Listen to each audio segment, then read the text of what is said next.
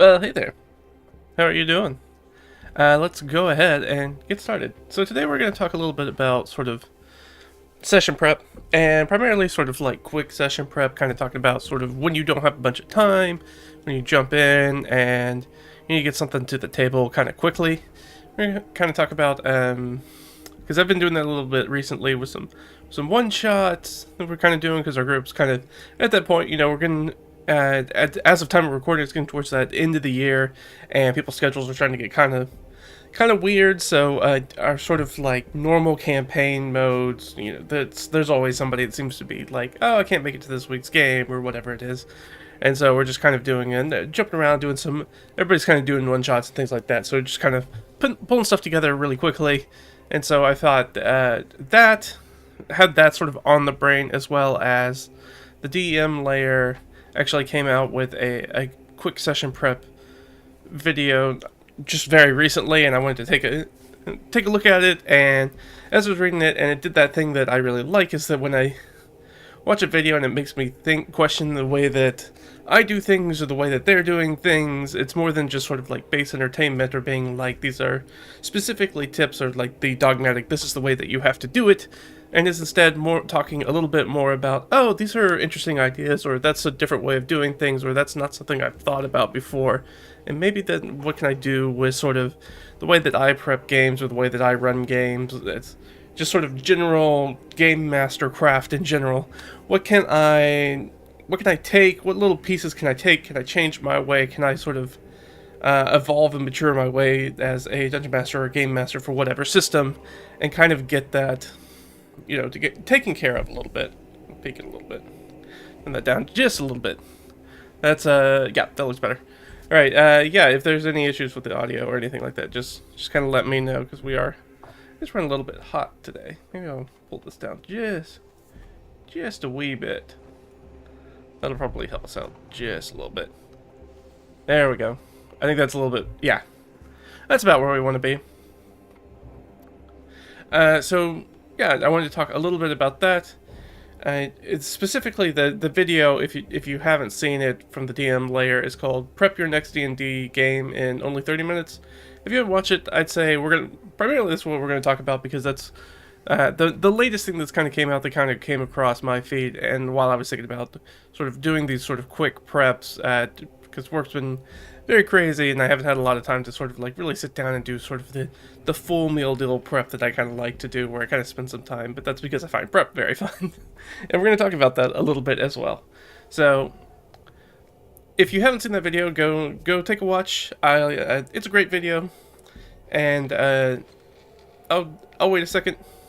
I'm just kidding. I'm not really gonna wait. Either you're gonna go watch that, or you watch it later. It's down in the description below. You'll be able to see it and take a look at it. So pause, go look at it, or we're gonna talk about most of it, kind of point for point as we're kind of going through it. So you shouldn't have. You're not gonna probably miss out a ton if you haven't watched it. I'm gonna try to make sure that everything's kind of clear and cohesive. So, with that in mind, sort of like, what are the major points that we're going to cover? We're going to kind of talk about, why do you want to do fast prep? Sort of assumptions about what comes with quick prep. Sort of talking about the space and form of adventures, sort of like the physical details of them, size and where they are and locations and things of that nature. We're going to talk about sort of detailing areas, like locations within the adventure, talk about encounters, discoveries, clues, secrets, lore, that kind of stuff, loot, running sessions, like getting it from the prep to the table, and how to use those things together cohesively to have a better game, and adapting for this sort of short time frame. Again, is built for sort of a 30-minute session prep, and spiraling that out for sort of a larger prep, or sort of a very ongoing adventure. I guess even at that point, maybe a little bit more closer to sort of a very long adventure. We're talking about an adventure where you're going to sort of like level up during the adventure, rather than sort of a one shot, like a one-off or something like that. It's going to be like a single session game. So I think let's go ahead and hop in. Again, if you guys have any questions about any of this stuff, just drop them down below. I'll take a look at it and try to answer as many as I can. Answer those questions as I can get to them. So that's the easiest way to drop something in, and I'll take a look at it.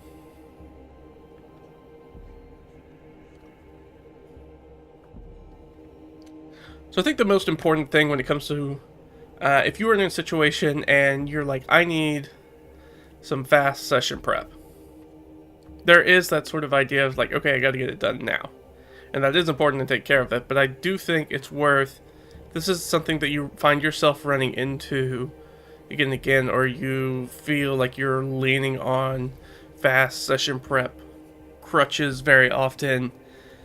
I think it's important to ask why fast prep is important to you. Do you not have time right now for your hobby? Is that like a short-term thing? Like, I know it's like, oh, I got busy at work, or oh, I forgot that I had to go to this dinner, or I had to go to a family gathering, or whatever it is, and I thought I was going to have time to prep it, and then I didn't have that prep time, and now I have to sort of scramble to get things together, and that just kind of happens every once in a while. I think that's fine to do sort of that quick session prep when you're like, I really only have like 30 minutes to throw something together, so I'm just going to throw something together, and it's just going to have to work for right now.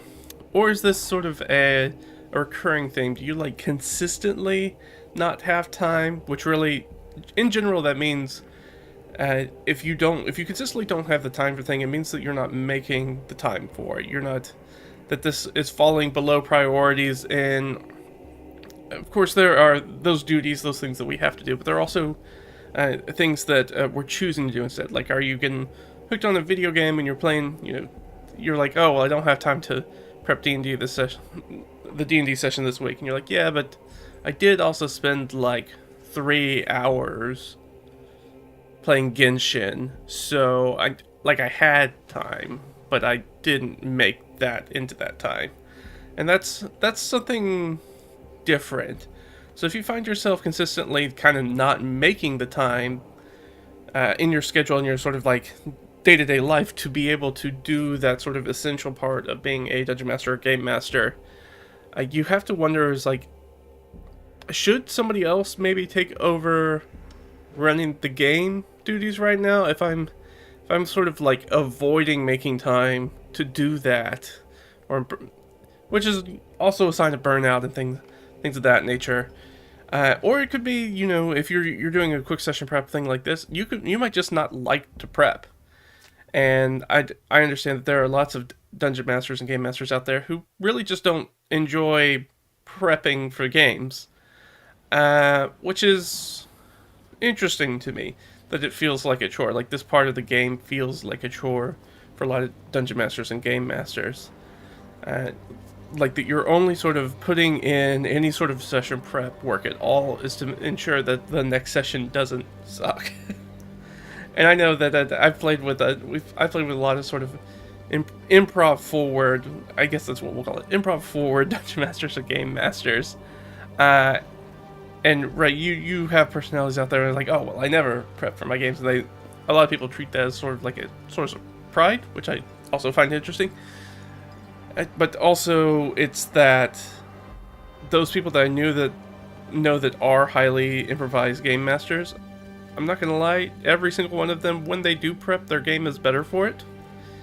Even ones who never show up, that are very blank page, I do know those dungeon masters have played with them before. And I can tell, like, sitting at the table with people that I've played with, I mean, like, I can tell that you prepped for this session. Because it's better, it's more cohesive, there's more sort of like structure to it, there's bones on which to hang the flesh of this session. So it feels structured and thought out and consistent. And that can be an important thing for sort of that suspension of disbelief when you're like, oh, well, this feels like a real world, and within the context of the game and the mechanics that we have, the things that are happening here make sense. They make sense to me as a player, and make sense for my character. And so now because of that, I know that you prepped and you're not just sort of throwing spaghetti at the wall and kind of seeing what's gonna kind of stick once I do that. So it's a different sort of method. So I do think it's important to do session prep in general, even if it's this sort of quick session prep. So I think if you don't like your session prep, you don't like the session prep, I think it's important to kind of talk about why you don't like it. And I think this is one of those situations where you can use that 3 whys. If you've never heard of that rule before, it's that, hey, I have this opinion or feeling about this thing, and then you go, okay, why? And then you answer that why, and then you ask why about that statement, you answer that, and then you ask for a third time why about that statement. And that gets you closer to sort of the fundamental truth of kind of what's going on. So you're like, oh, I don't really like to prep for sessions. Why?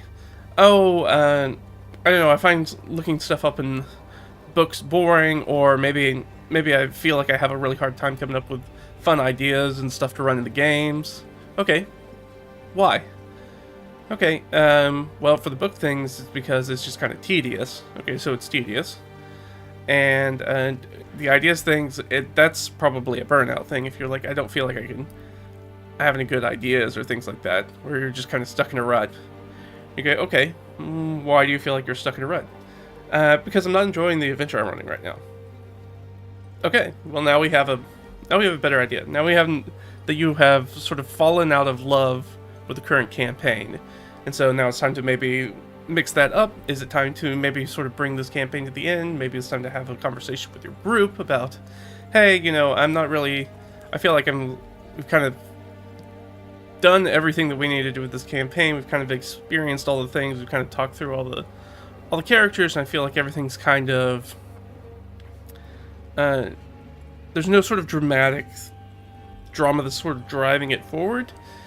What do you guys think? Do you guys want to switch something up in the campaign, try something different? Do you want to move on to a new campaign?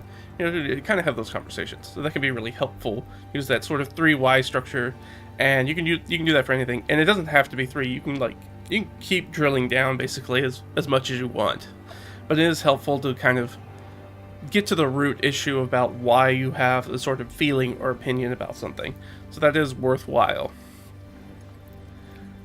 Let's see. So prep is pretty individual, right? Everybody's prep is very different. I have my own sort of like different kind of prep systems, rubrics, formats, whatever you want to call that. Both session preps and adventure prep, and even campaign prep, and I'm very guilty of not following my own systems to the letter.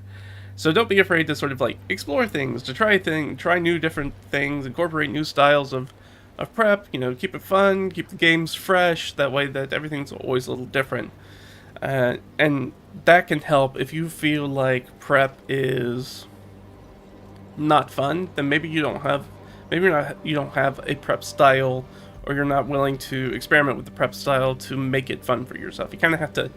It is a situation that you kind of need to find the fun in it. It's not just really kind of going to jump out and grab you. You kind of have to go search it for it, if that makes sense. So yeah, you kind of have to go looking for it. Riffing is really good. Like, I really enjoy sort of taking things and then sort of being like, all right, here's sort of a rough outline, and I'm going to keep it pretty loose. That way I can improvise as I need. It does fall in with one of my favorite sort of like DM prep quotes, which is really just, I believe it's an Eisenhower quote, which is that plans are worthless, but planning is indispensable.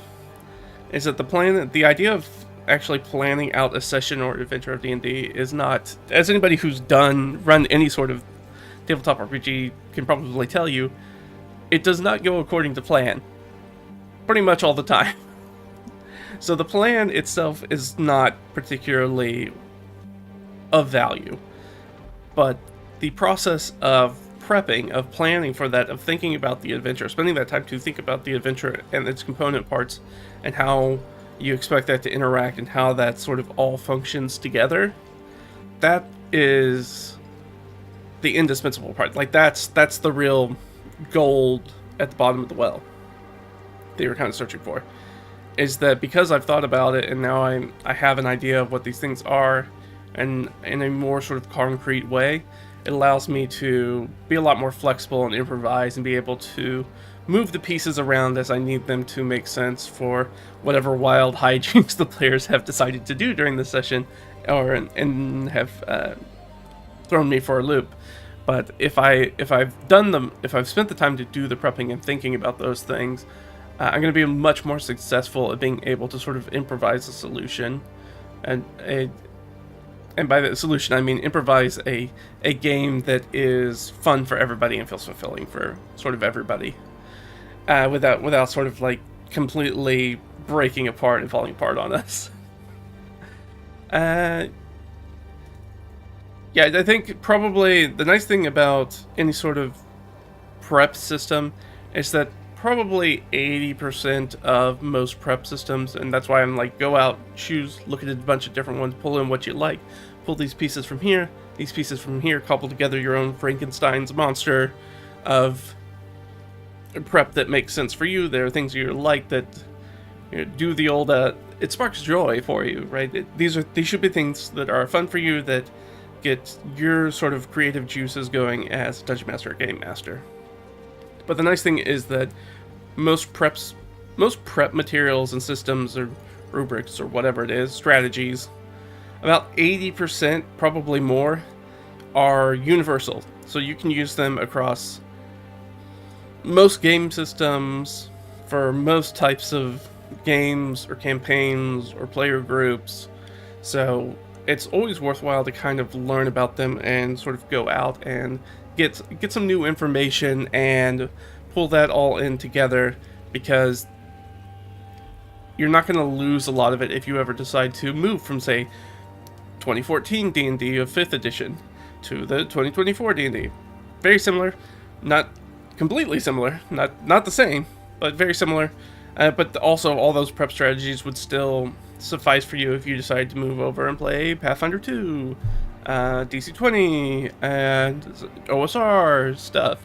If you wanted to run off and do Call of Cthulhu or a World of Darkness system, all this stuff, most prep stuff is still going to help you prepare for sessions of any type of game. If you want to run out and play Traveler, these are still going to be very useful things for you for the most part. Now, there's going to be specific things that don't work, right? Obviously, if you're going to jump out and play something that's a lot more, so you're going to go play a Vampire the Masquerade sort of adventure.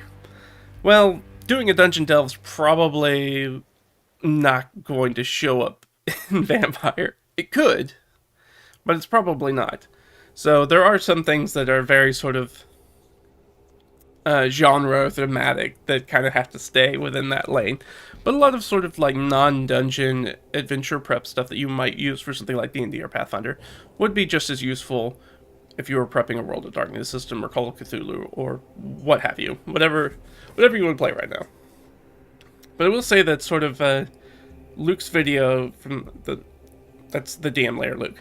Luke's video feels very much like intermediate game master advice. I would not expect an inexperienced dungeon master to effectively turn his sort of rudimentary building blocks approach into a thrilling adventure. I think that's a very hard ask, because most of what his system, and we're about to go over it, is very sort of list based, and so it kind of gives you the building blocks. It's like giving somebody lumber and saying like, "Hey, can you build a birdhouse?"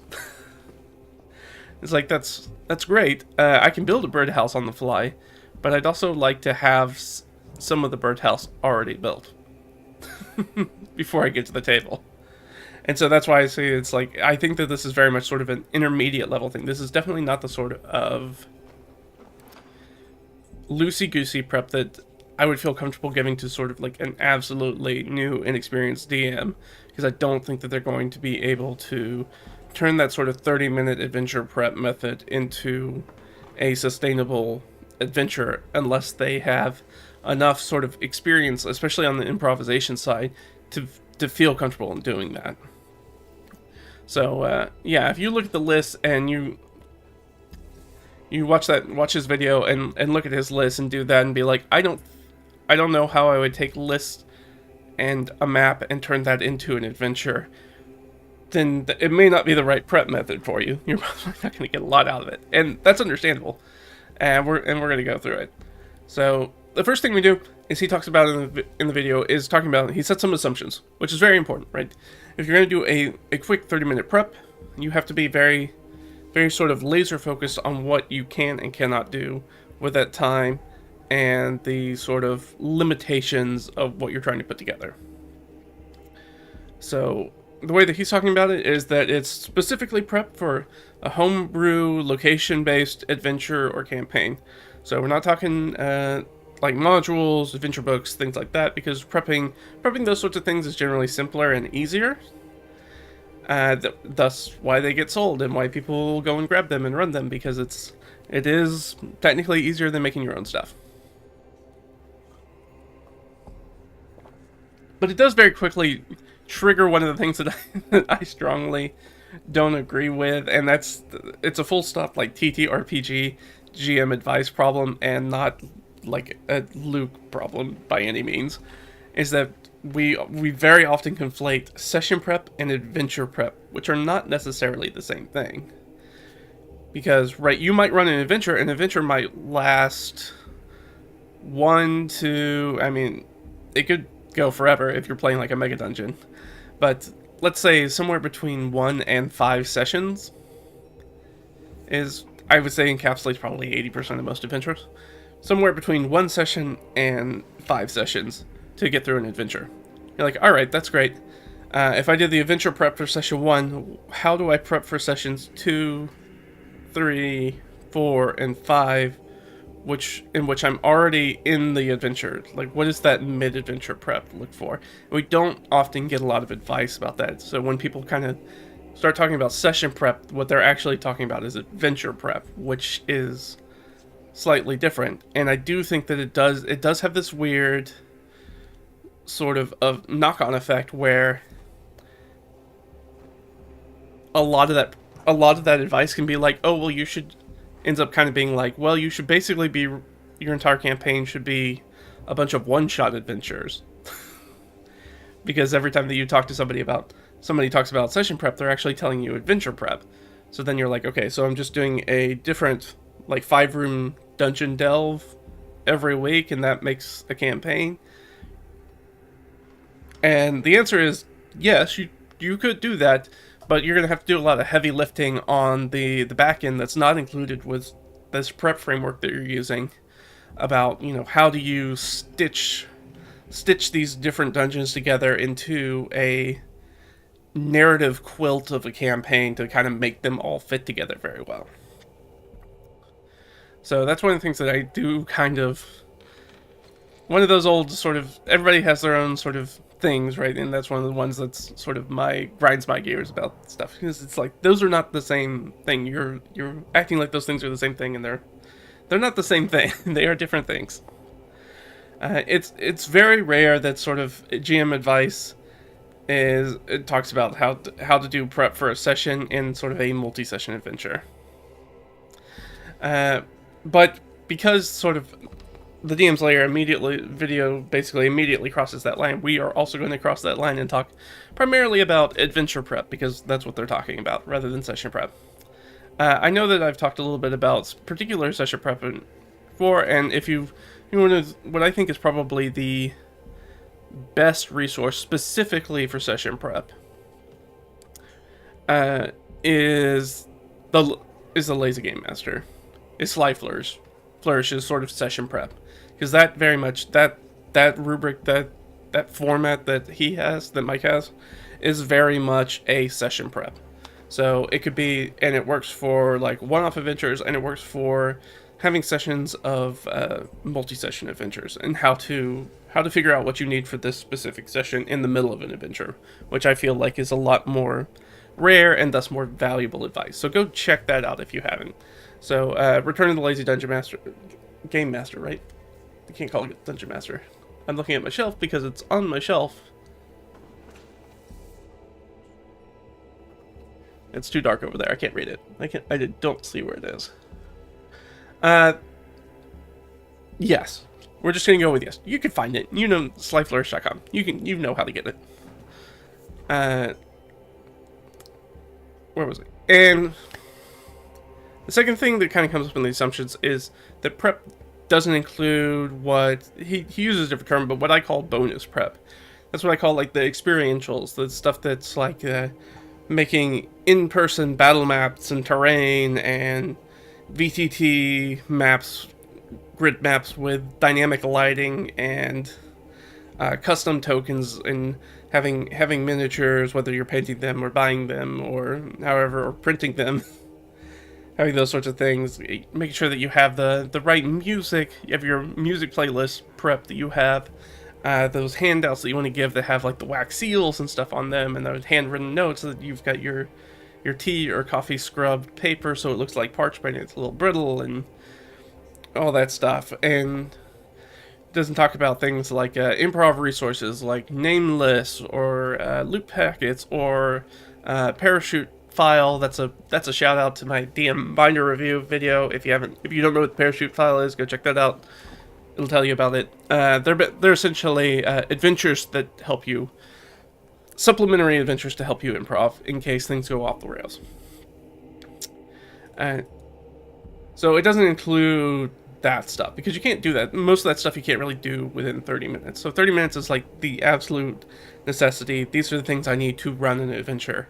And you notice those things like a very, very flourished battle map and custom miniatures and musics and handouts. None of that stuff is the adventure. It's sort of around, it's gilding, it's around the adventure. It can make adventures and games more immersive and more tactile and more fun and more of a rich experience.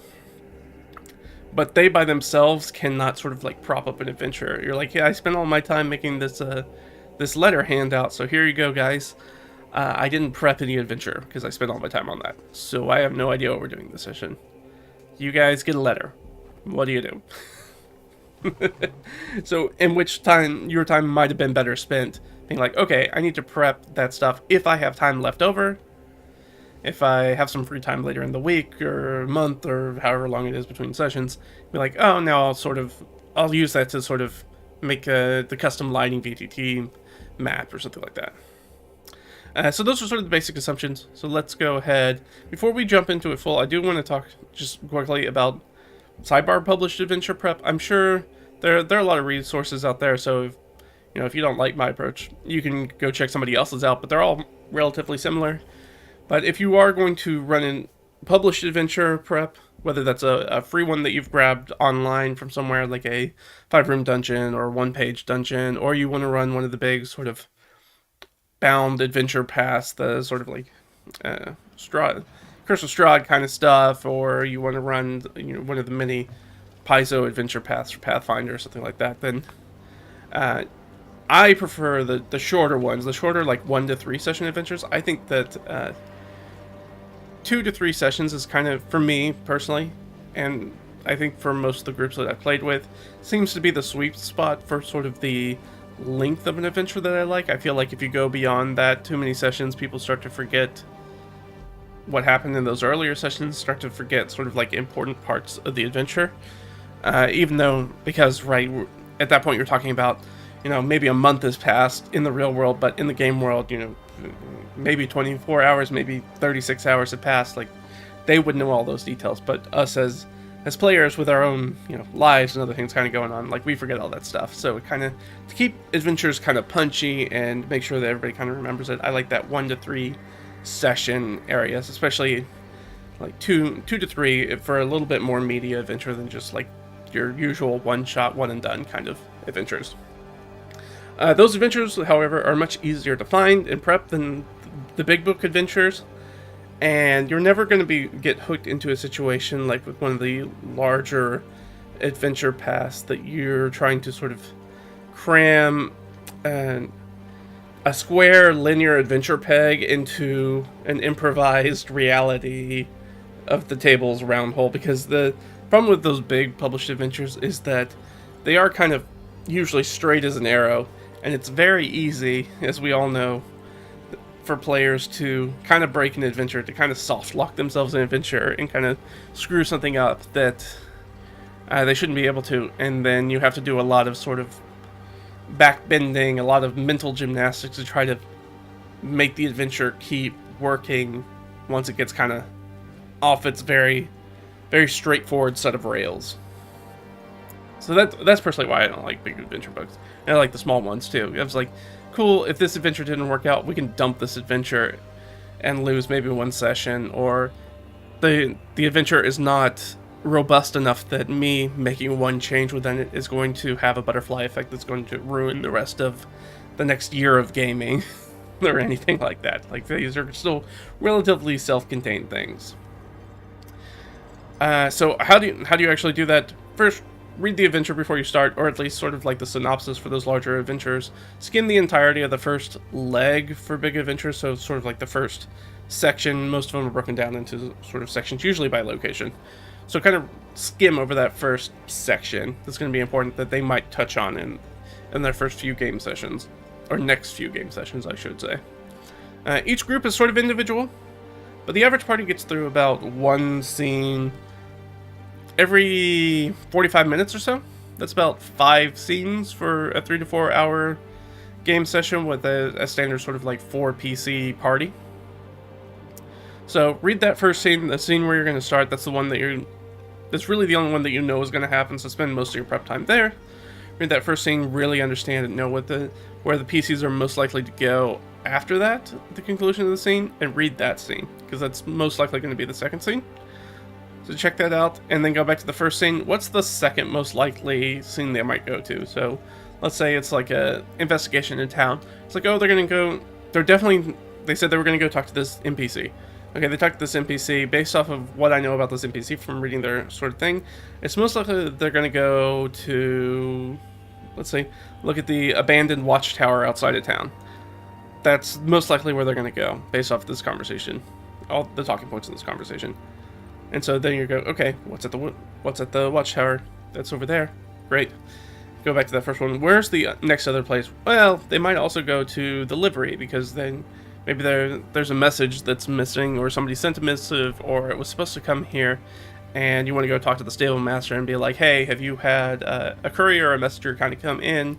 Do you know who the messenger is that was taking it, where they are they past due, are they supposed to be back, where are they at? And you go, alright, that's probably the second most likely. And you kind of do that until you get to what you think is going to be probably like the 5 most likely scenes that they're going to go through, and just read those, and then kind of skim the sort of other ones that are kind of around the edge, just so you're kind of familiar.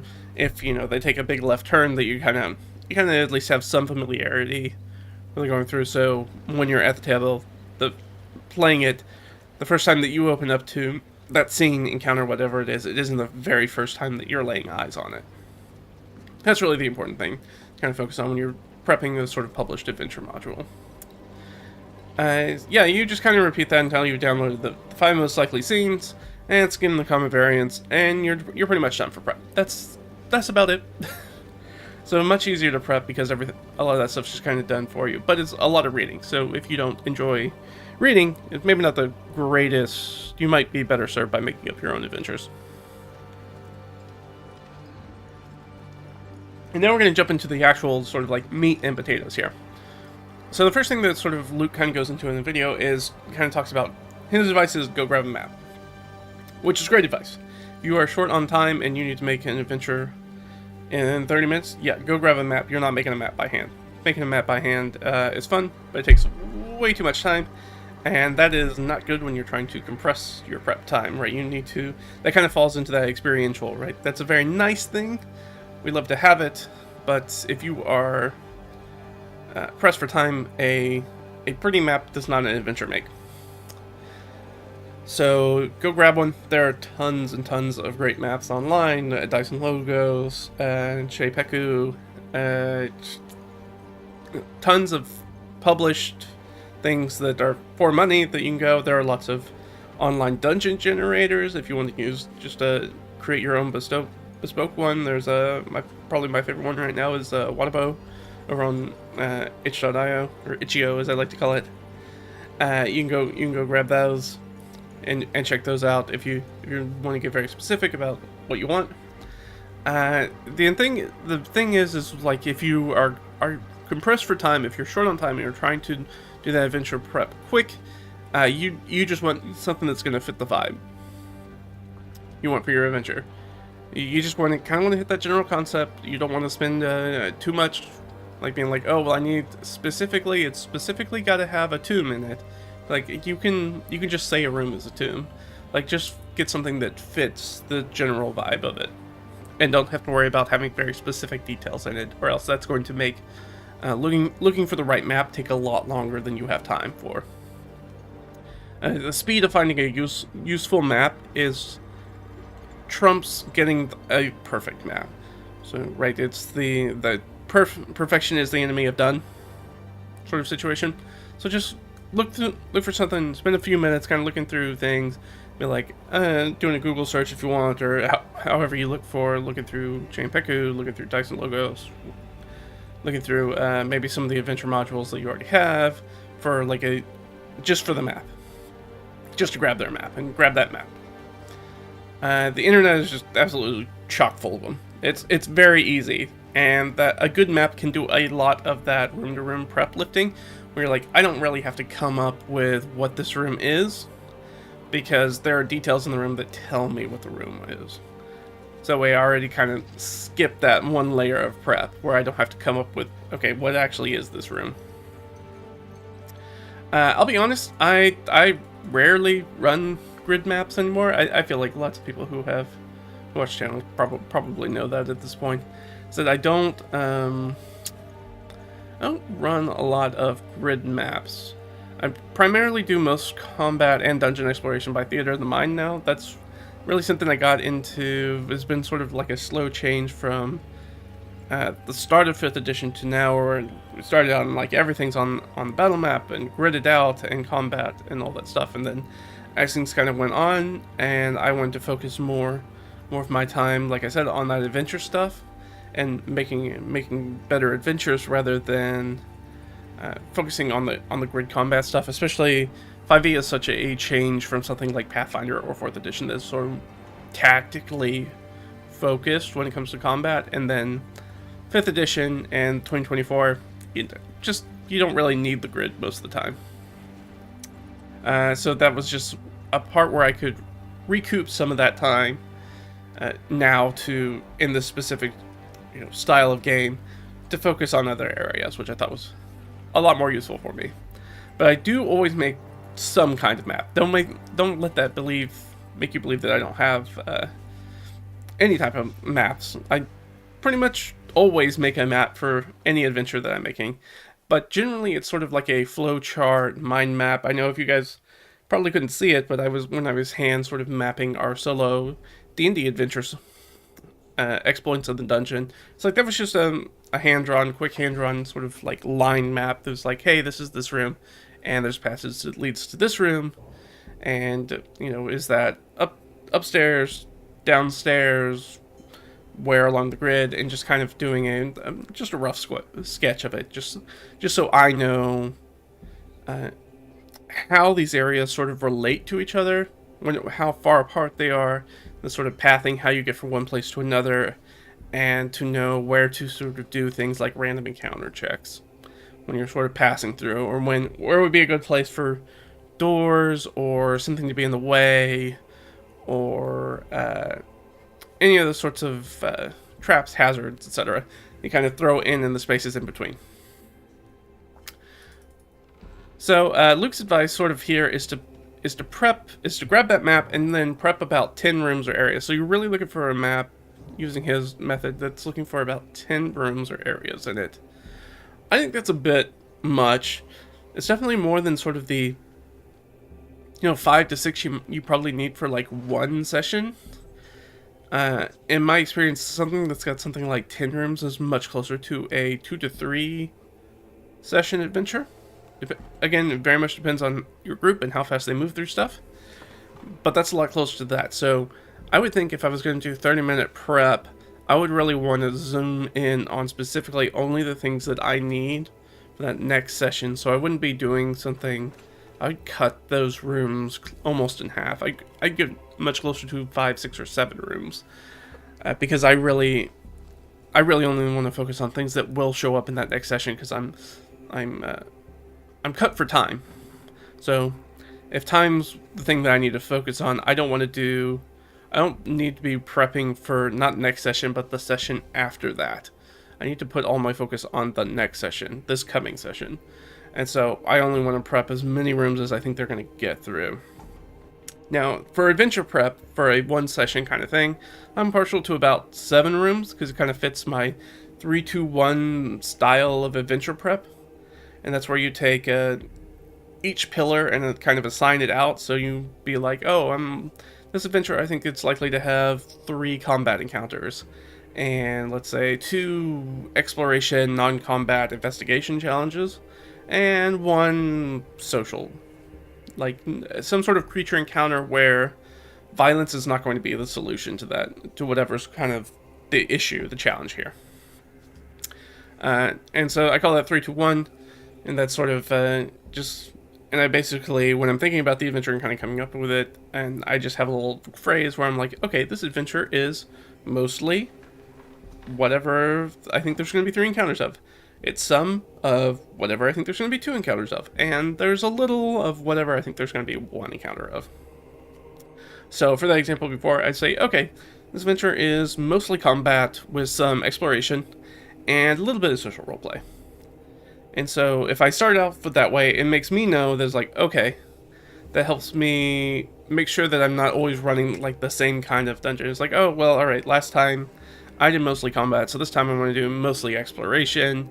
And they seem like they really enjoyed talking to that one NPC, so I think I'm going to do two sort of social encounters this time, and then we'll just have the 1 combat, since we were kind of combat heavy last time.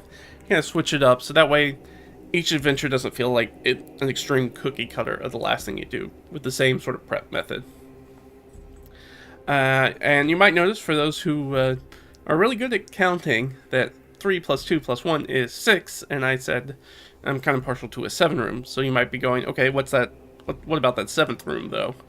That's sort of my garnish, my sort of like personal frosting that I sort of give onto it, that sort of gilding, that little extra, that little spice that I like to drop in.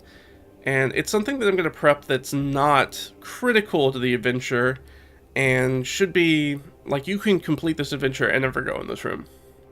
It could be a secret room with a magic item in it. It could be like a neutral NPC that maybe you can do trade for, and maybe you can recruit them, maybe they can give you some information, maybe something in this area offers some sort of clue or advantage, or does something to telegraph one of the dungeon challenges that's coming up in a way that kind of gives you an advantage.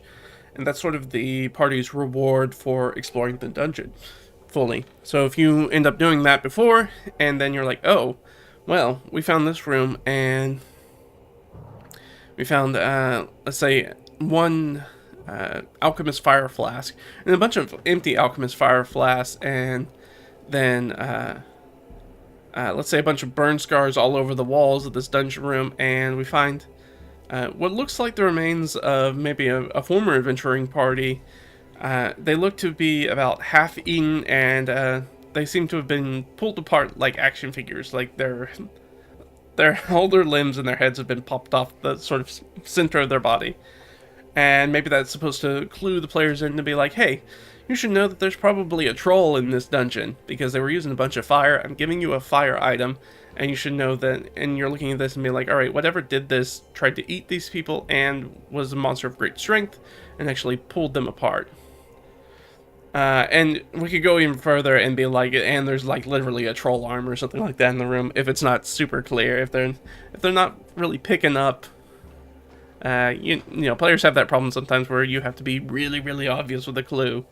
Be like, and there's a troll arm here, so now you know there's a troll in the dungeon, because you only found the arm and they regenerate. And you can do things like that. Let's do that. So yeah, that's sort of my take on it. So the idea is that you want to figure out that physical space of the adventure really quick. One of the things that kind of comes up with this method, and I think that will be clear as we go into it a little bit more, so we can talk a little bit more about it, is that Luke's sort of 30-minute prep just kind of gives you a location, and that is its strength. That's what it does really well, is it kind of gives you a location and some things to put in that location. Where it's really weak is that it doesn't give you anything else really but that. And we'll talk a little bit more about this later, but this doesn't tell us, you know, where is this dungeon in relation to? What is this dungeon? Who's in it? Anything like that. So we don't get a lot of sort of details or clues about what the adventure actually is. Just sort of the null. It's like having, I think about it as sort of like a video game creation kit, or like a base building kit, and you're like, look, here's all the cool things you can put together. But putting those things together, this little sandbox and having all our toys in the sandbox doesn't actually tell us what the adventure is, which I think is probably the biggest weakness to this. And we'll go back into it a little bit later, but let's keep moving on. So we've got our map, we've got our sort of rooms in it. We're trying to shoot for something that's got about 10 rooms in it. We need to detail those areas. What is in each area, or at least what's it being used as? I feel like it's best to lean into whatever sort of map you chose. So if you chose a map that was like a ruined dwarven hold or something like that, you're going to choose a map that looks like it's very dungeony. You're going to have clear quarters and storage rooms. It's dwarven, so there's probably a smithy or a forge in there. And you're going to have a good idea when you're looking at the map what some of these rooms are. And then you're going to have some more probably nondescript rooms that you're going to have to sort of invent what these rooms are supposed to be used for. And you're going to just going to go in and sort of label them. And when you come across those empty rooms, that can be I feel like a stumbling block, especially for DMs who are short on time. You're like, now I actually have to sit down and think about what this room is. And I think the easiest thing to do is to grab pretty much every Dungeon Master or Game Master guide. I'm looking at the Pathfinder one up there on my shelf right now. Has a table tables for random dungeon creation. And so you can go in there and there's going to be a list for different types of rooms or chambers. I like to roll twice on those lists. And so I'd be like, okay, if you need to fill in some blank rooms, just grab your Dungeon Master's Guide, Game Master Guide, whatever it is. Flip to those tables, grab 2 dice, and just roll them. Take those 2 results and smash them together. So let's say you rolled a magic area and a kitchen. Okay, and I'm gonna squeeze those 2 together to make something kind of weird and different. All right, what could a magic area and kitchen be together? Go ahead and leave what you think it would be. That could be, for me, I'm thinking that could be a Beauty and the Beast kind of kitchen situation. So it's like a Fantasia living kitchen where all the tools are dancing around, all the knives and big pots and pans are clanging around, and it's a magical kitchen that makes all the food, so you can have it make food for you, and that would be a very interesting encounter if it's got. But it only has access to the resources that are in the kitchen. So if you ask it to make you a meal and it has nothing but putrid resources, you're going to get a putrid meal. So that could be an interesting thing to do. It could also be we could extrapolate a little bit and get a little weird with it. It could be a magic area and kitchen could be something like instead it's a room for harvesting magical components from fantastic beasts. Maybe that's what it is instead. So maybe you see like the remains of, let's say, like a drake or something that's on like a giant sort of like slab operating theater that is kind of ripped open, and there's all these sorts of tools and jars and pickling things to kind of get these magical items out of these creatures and get them preserved for use for arcane rituals, maybe literally food, I don't know what you use them for, or some sort of artificer kind of crazy magical contraption stuff, ritual stuff. Maybe there's religious themes to it. It kind of depends on your dungeon, but that would be a very easy way That's two different uses of how you can just grab two results from one table and throw them together. So I've got my own style, sort of, when it comes to detailing rooms and areas. It's got basically 5 parts in it. There's like the condition of the chamber or area, its purpose, what is this for, the room DC, which is something I took from Index Card RPG. I think it may be in Runehammer's new Crown and Skull. I'm not sure. I haven't checked out a lot about Crown and Skull yet, but it may actually be in there. 2 dungeon dressing tags, and then just the contents of the room itself. And I went ahead and I grabbed one of my an example of a room from one of the previous one-shots I just ran recently. And this is room number 3, Luxurious Urn Display Gallery, DC 19. The tags on it, so let me just say, luxurious, so this is a very pristine, everything's very nice, everything's well appointed. That's the condition of the room. The Urn Display Gallery, that's what it is. So it is a display gallery, is just sort of like a museum. It's like an art gallery, and this is an area that you put, it's like a trophy room kind of thing, where you put things to be displayed, like art, things of that nature. So that's out. So it's an urn display room, so it's just a room that's just lined with all these urns and things.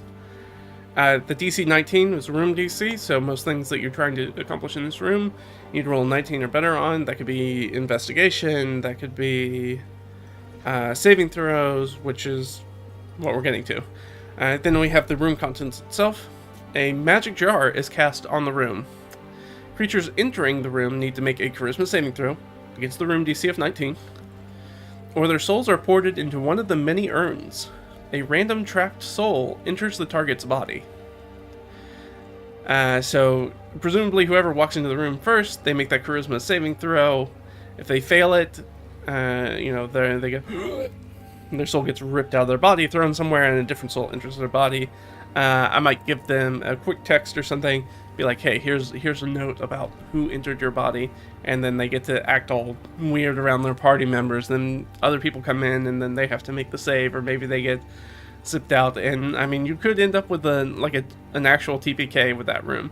That didn't happen, but it could have happened, and that's funny to me, because essentially what they do is you're like, hey, here are your new characters.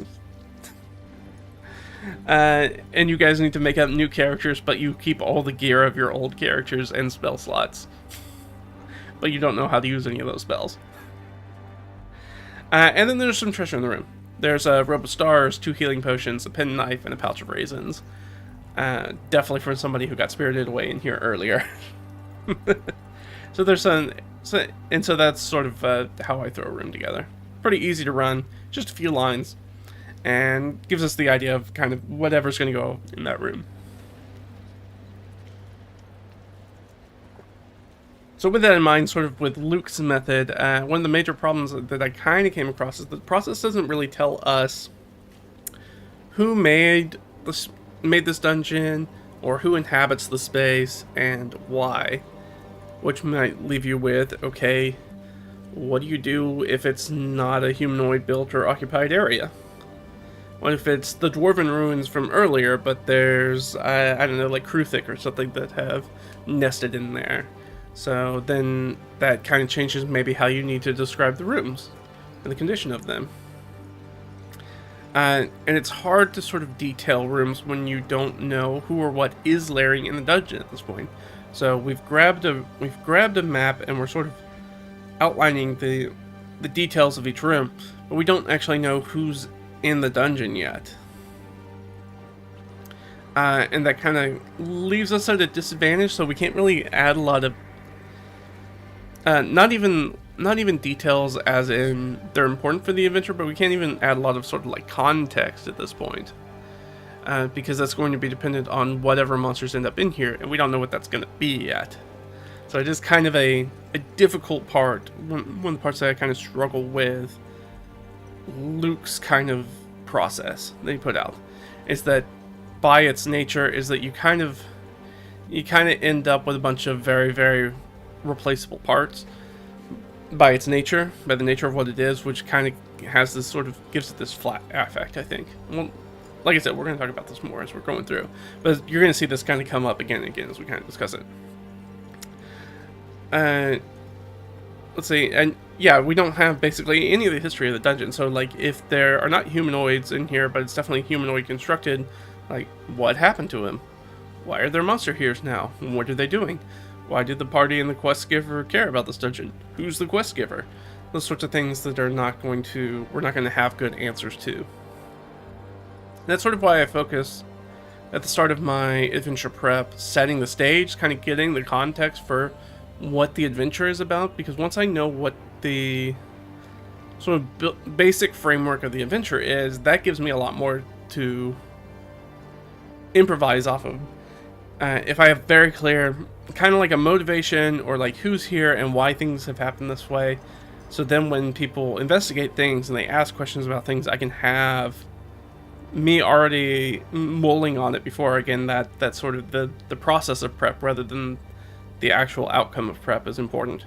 I've already thought about those things, so when they ask me, I'm already going to have my head in a space where I'm going to be able to provide probably a pretty decent answer for that, rather than they're just going to hit me with something that feels like it's out of left field, and they're going to be like, yeah, I don't know. They exploded, that's why they're not here anymore. You walk into the next room and you see evidence of explosions. They all spontaneously combusted. That's what happened.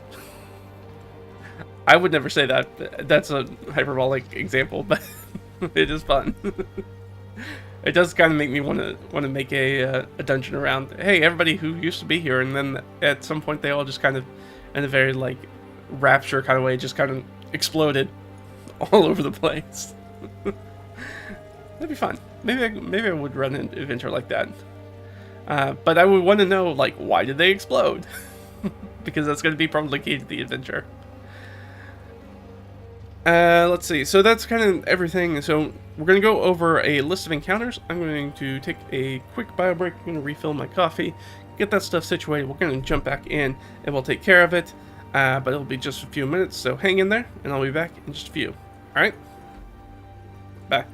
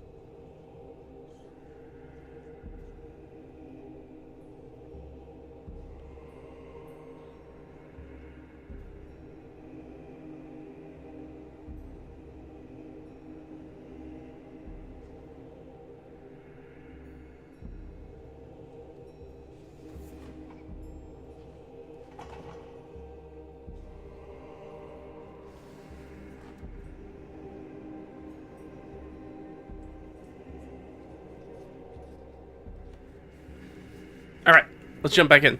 So create a list of encounters, which is Luke's sort of like next point. So you've got your map, you've labeled all your rooms in it, and now you're like, okay, what are the encounters? What are the creatures we're going to kind of drop in here? So for his notes, he says that most sessions usually have about 3 to 5 encounters. Again, this is where the sort of prep kind of gets weird, because it feels like 10 rooms is too much for one session of play, and then if we're only going to put 3 to 5 encounters in it, and that's supposed to be what's useful for one session of play, right, things start to kind of not line up a little bit, I feel like. So his idea is to use three combats, have an easy combat, probably a medium combat, probably a boss combat, and I really like that aspect to kind of have making sure that you have different levels of difficulty. And then what he calls like sort of 2 social encounters. So 5 encounters in total feels a little light to me if you're trying to spread this over a 10 room dungeon. It seems like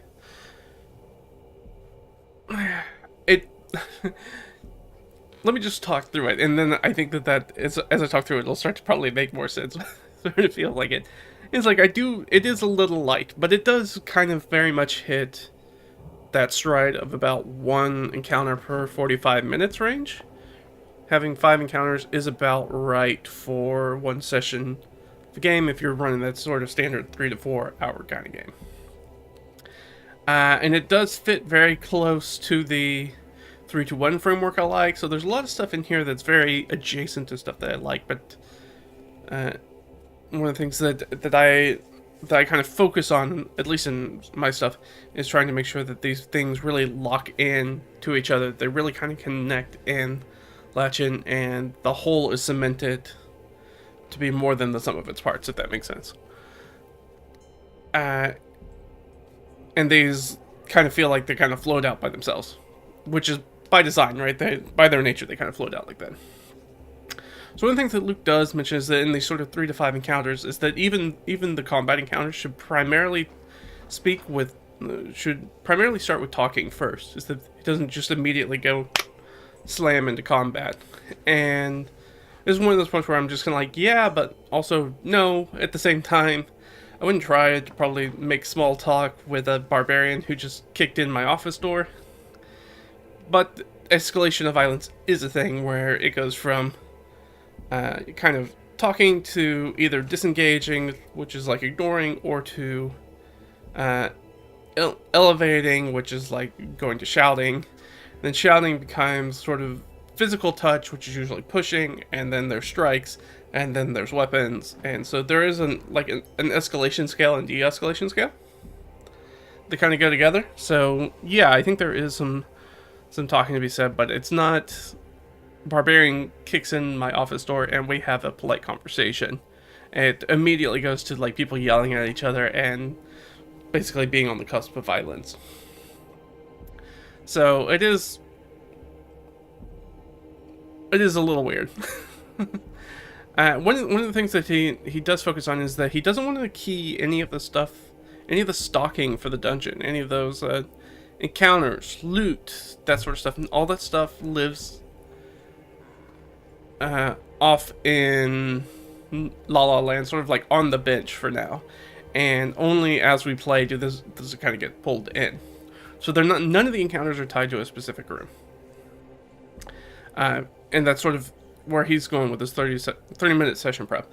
So it's like none of that stuff's tied to a room. As they enter rooms, you decide what's going to get pulled into the room based off kind of the feeling and the vibe.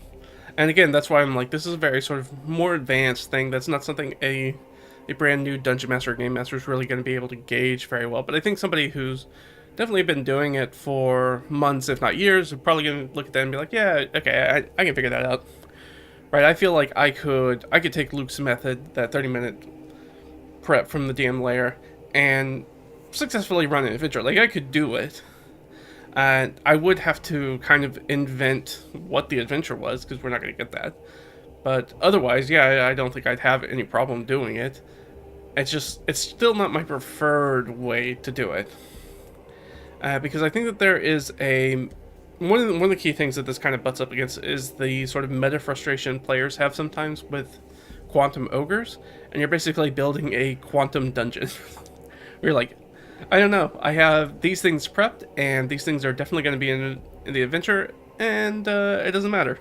Like, they're going to be put in the position where it makes the most sense, so I don't lose any prep. And I do think the players can have an issue with that, where they're like, it doesn't really matter which way we go or what smart things we try to do, because we are always going to come up against the same things. And that's sort of the limitation of having this very, very stripped down, very, very basic kind of prep style. So it is a weakness to it, I think. It didn't also have some kind of weird things. It's I think it's very easy. You could get into situations if you're not paying very, very close attention while you're kind of going through things and as you're marking things off your list, where you could end up with something like a big boss fight, let's say like with an Illithid Elder Brain, in a like little kitchen pantry. Because you're like, oh, well, this was the last room they explored, and this was the last monster on the list, so there is an Elder Brain in this kitchen pantry.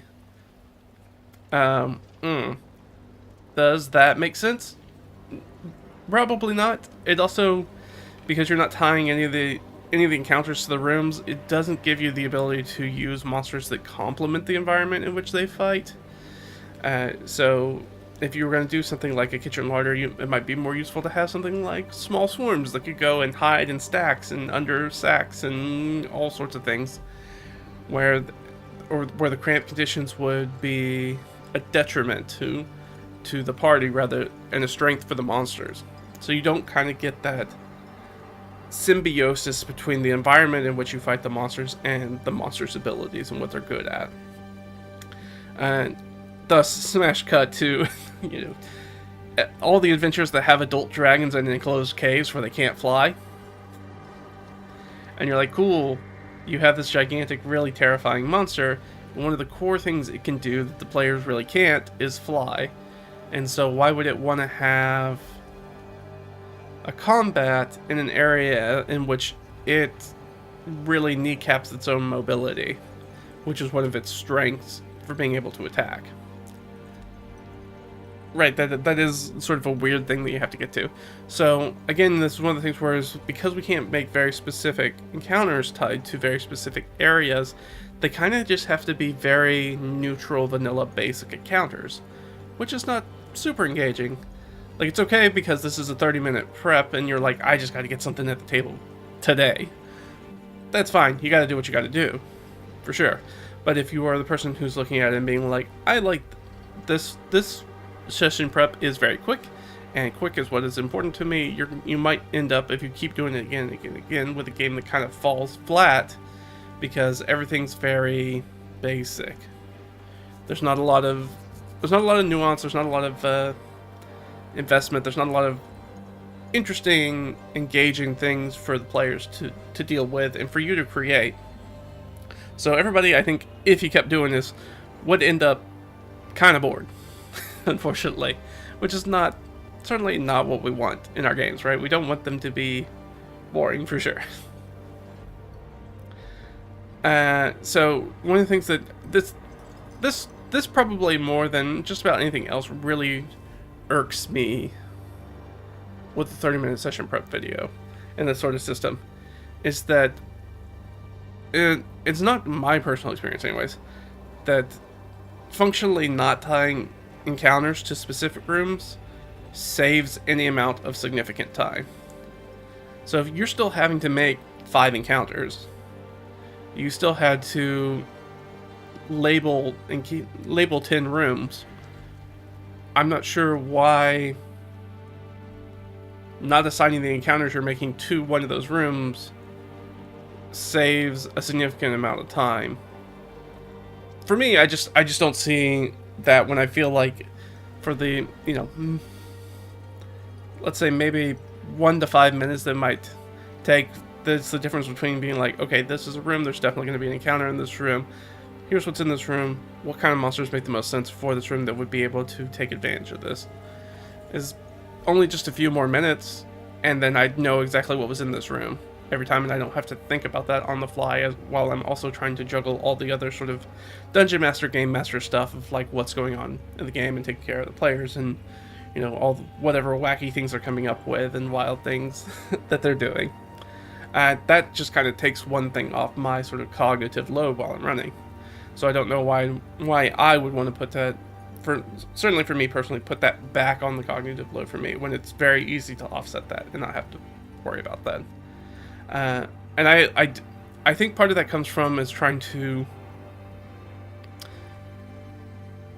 control sort of pacing and tone of the adventure on the fly, which is great. But I would rather use something like a random encounter table for that, in addition to having bespoke encounters for specific rooms, so that those rooms all make sense.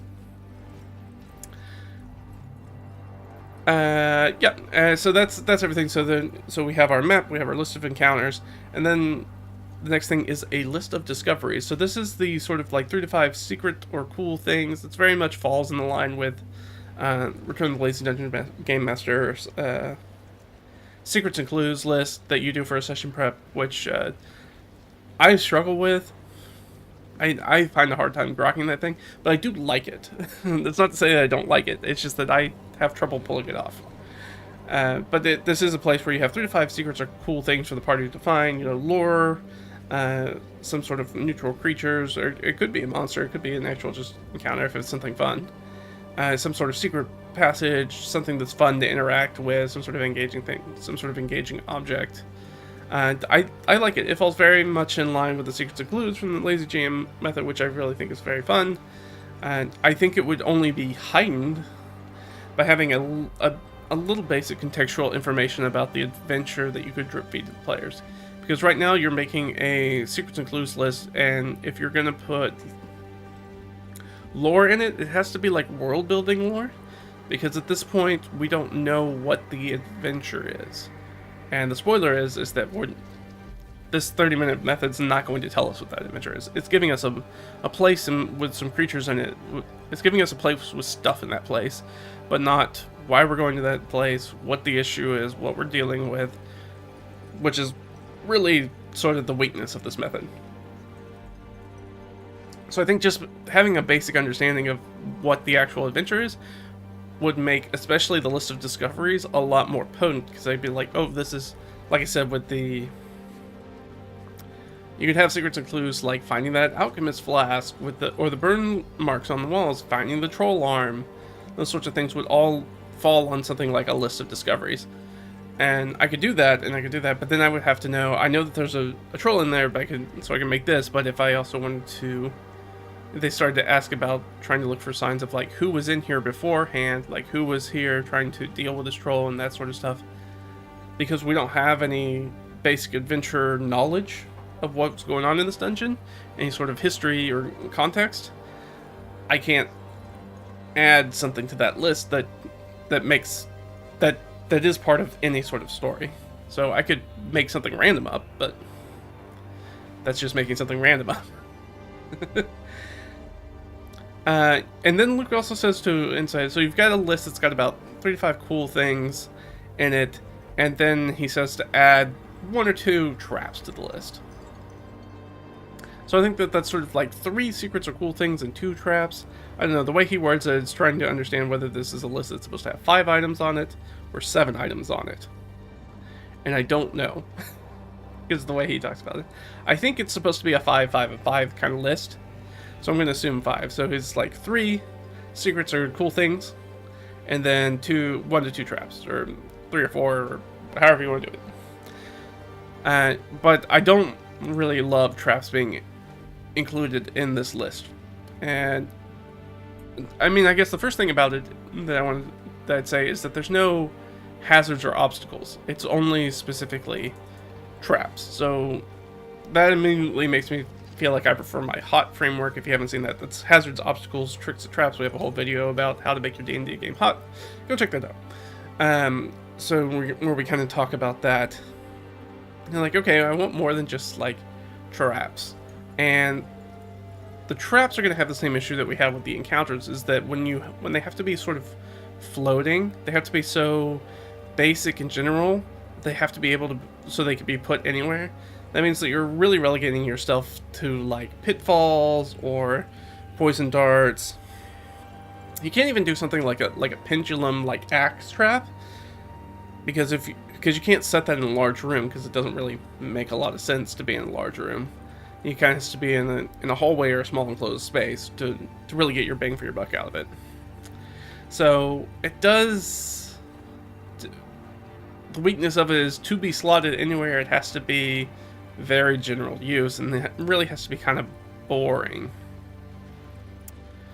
And I tend to agree with people who talk about basic traps aren't notable encounters for exploration, right? They're not engaging enough. There's not enough to do. It's just a thing that happens. It's like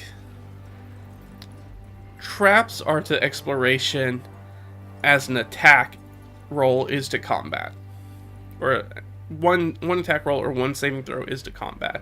It's like, this is one piece of a grander kind of thing. But with a poison dart trap, it's like, oh, you didn't see the trap, you didn't make your save, you take a little bit of damage, and we move on. There's not really anything to kind of engage with there. And so I hesitate to use that as being like, that's an encounter. Now, again, Luke, big brain, didn't put it in the encounter list. It's not an encounter, right? It is just sort of a secret or a clue, a discovery, something you run across. So this is. But for traps, I very much like Raggy's advice, or Raggy's advice. That's the guy behind Lamentations of the Flame Princess. Traps work best when they are placed in low traffic creature areas. So the monsters are putting them in spots where they're not traversing a lot. And you do that because if you put them in high traffic areas, they're more a danger to the creatures that have to move through that area the most. And that means that they need to like consistently disarm and rearm them to get around. They accidentally hurt themselves more than it probably hurts intruders. And so traps work really well when they're placed away from where monsters are moving back and forth, so that way they're not setting it off by accident. Or you do the thing like kobolds do, where it's like, oh, well, the trap, if it's like a trap that's got a pressure plate, where you need to be of a certain weight to trigger it, so the kobolds can run across the tiles just fine, because they're not heavy enough to trip it, but as soon as a medium creature and like medium armor or heavier steps across it, then it happens. So those kinds of traps you can put anywhere. So, but that requires you to know that kobolds are in the adventure, and you're going to do a kobold themed adventure, which you might know at this point if you've already made your encounters. And you're making a low level thing, it'd be kind of, unless you're going to go full Tucker's kobolds, it would be weird to have a kobold focused adventure for, let's say, level 10 characters.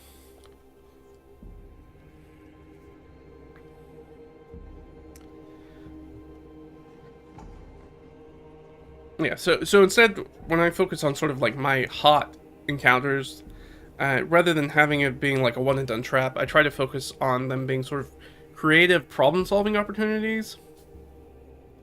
And the example that jumps out to me recently that anybody can go see is the glitched out reverse gravity chasm that we had in the solo RPG adventure. So if you go back and watch that, we went through a dungeon, and one of the challenges that I randomly rolled that we ended up having in there was a chasm that we needed to get across. The players needed to get across, but it was glitching out with reverse gravity. So sometimes the chasm would have normal gravity.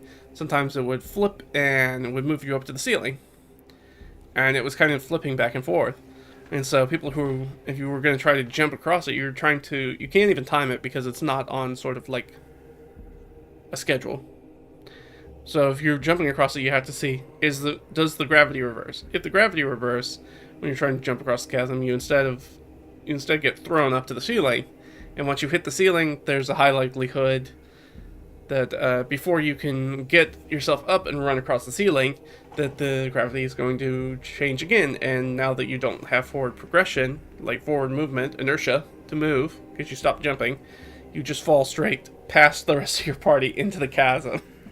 And so that was a very fun thing to be like, okay, how do we get around this? How do we figure out how to do this without getting very hurt? So it was fun. You watched me create a terrible trap, or hazard, technically a hazard for myself, and then try to figure out how to get across it. Because that's unlike a problem that has a solution. Challenges are very open-ended as to how you can go about getting around them. We ended up doing the good old, tied a rope to somebody, everybody held onto the rope, one person tried to jump the chasm, because the chasm was jumpable. I think we had to do like 3 attempts before we could get across without the reverse gravity screwing us up, because then the gravity would reverse and then everybody would have to pull on the rope to try to like get them back to the ground. It was interesting. Go watch it. It's a fun time. But that's everything for list discoveries, and then the sort of the last list. So we have a list of creatures, we have a list of our discoveries, and now we have a list of loot. So for Luke's video, he talks about having 5 pieces of treasure that can be found in chests or secret cubbies or undefeated monsters, kind of that you can kind of drop in across the dungeon. And I think this is another one where the semantics, like the way that he words it is kind of weird. But 5 individual pieces of treasure seems pretty light for my taste, depending on what kind of treasure it is. But I think it would be perfectly acceptable to have 5 treasure packets, 5 groups of adventure. So, that could be coinage, items, like have multiple things kind of grouped in together, rather than just being like, oh, in this room there is a pouch of 50 gold. And that's it. Or this room has a +1 magic sword, and that's it. So I think it's nice to have a little bit more. I think if anybody's watched how I do, again, the solo RPG thing, because that's the easiest way to see my actual play. You can see me that I didn't give out a lot of treasure, but it's just most of it's not worth a lot of money. And then sometimes we get a really good roll, and sometimes it's worth a whole lot of money. Like, sometimes we find, like 60 platinum on somebody? We're like, whoa, that's a lot of money to just have on your belt. Interesting. Which also often leads to more questions than answers. But yeah, I think having 5 treasure packets means that about 50% of the rooms have treasure, which I feel like is pretty substantial. I think in the way that I stock dungeons, which I use a 2d6 sort of fork or riff on the old sort of basic style, the BX style of dungeon stocking, instead of using 1d6, I have a 2d6 system. It's actually in my 2d6 tables video, so you can go into that in a lot of detail if you want to see a lot of detail. But using that, roughly about 1/3 of every room has treasure in it, and plenty of that treasure is sort of like trivial pocket contents, like the penknife or the pouch of raisins in the urn gallery example. Like, those are kind of pocket contents. And pretty much every humanoid monster that you defeat is probably going to has a likelihood to have some sort of pocket contents on them, which is just like random stuff people have in their pockets or in their belt pouches. So they're usually not worth any appreciable money. Like, here's a penknife. You have a penknife now. It's probably not worth a lot of money. It's probably not worth carrying around with you, but if you want a knife in your equipment for some reason, you have a knife now. Which sometimes that can be a lot more useful for players. I also do things in the solo RPG where if we found things like the pouch of raisins, or if it was some other sort of food item, and we try to think like, is there enough volume here to supplement our rations, and try to get some rations and things that way, which is very fun. So sometimes the loot we find is more about how useful it is rather than its actual material cost. But that's a me thing and how I run my games. So your results may vary. I like the loot list. I think it works well. I think it's fine to have it tied to the rooms. I think it's probably better to have it tied to rooms, and that's usually what I do. But I also sometimes just have a basic like pocket contents loot list when I'm running an adventure that kind of works like a random encounter table, where it's just like, oh, you killed some creatures or whatever, and you looked them over. Here's some minor stuff that you found on them. And that's going to be dependent on where you end up finding that stuff, where you end up finding the monsters, which I'm not going to know beforehand if it's wandering monsters and things like that. Alright, so now we move into running the game. When Luke starts talking about running the game, when the PC's under the room, you just take something from your list and add it to the room and be like, this is what you find. I think it works. Again, I think if you are a Dungeon Master or Game Master with some experience under your belt and you feel pretty confident about your improv skills, for the most part, I think this is a very easy thing to pull off and be like, oh, we walked into this room, I have my 3 lists, and I go, okay, I think that that kobold encounter is going to be in here, and I think I'm going to put this this healing potion. They've been through a couple combats now, so I'm going to put this healing potion in here too, as the treasure that they can find. And I'll describe it as being on one of the kobolds' belts, so they can clock it and be like, oh, we need to kill that guy or get that healing potion off of him before he uses it, because the monsters could always use it too. So yeah, I think it works, but I'm not sure that that's any pulling from the list at the table is any more helpful than having just keyed the room and having a wandering monster list on the side anyways. That's me. And yes, it would take me a little extra time to make a wandering monster table, like a random encounter table. But it's like 6 entries. It wouldn't take me that long. I basically just, as long as it takes me to pull up encounters, auto-make encounters or something, an encounter builder like D&D Beyond or Kobold Fight Club or whatever you use. Very easily do that and just throw those encounters together. So it's not saving me a ton of time to not do that. And it is making me have to do things at the table as opposed to doing things that could have been done in prep. So that's kind of where I fall on that list. He does say that he thinks it's good. Yeah, you should either have 1 or 2 list items in a room. He's like, don't have all 3, don't have an encounter or discovery and loot. And definitely always have 1, so he doesn't think sort of in his prep that there should be any empties as well. So I think my dungeon stocking basics, I think that 3 is fine, and that I shouldn't say that often comes up, that sometimes comes up. It's a pretty low percentage though. I think it's about, I guess there's about, so if you want to get it, that's, sorry, I'm trying to do 2d6 math off the top of my head, which is probably not a good idea. It comes up though. It is perfectly reasonable that I could rock it, using my 2d6 stocking table to be like, yes, this room is going to have some sort of non-combat, some sort of hot encounter, plus some sort of monster encounter, plus some sort of treasure. That's actually not uncommon. So you could have, it's not super common, but it does happen. Most of the time there's 2 things in a room. Like this says, like his sort of system has, most of the time there's 0 to 2 things in a room. And I do believe in empty rooms. I don't believe in as many empty rooms as sort of like basic, or not basic, more like original D&D, as Gygax provides, which is quite a few empty rooms in their dungeons. I think they have a few too many empty rooms. But I think the empties are perfectly fine. And the way that I stock rooms, there's like a 3% chance. Yeah, because you have to roll the snake eyes to get just a fully empty room of 2d6. So that's like a 3% chance that you're going to have just a fully empty room. If you want to include empty room plus the potential for, say, something like treasure, which could be hidden, and so it could be an apparent empty room, that percentage goes up to probably closer to like 7 or 8%. It's still not huge, but it does come up sometimes. And I don't think that there's any problems with empty rooms. I think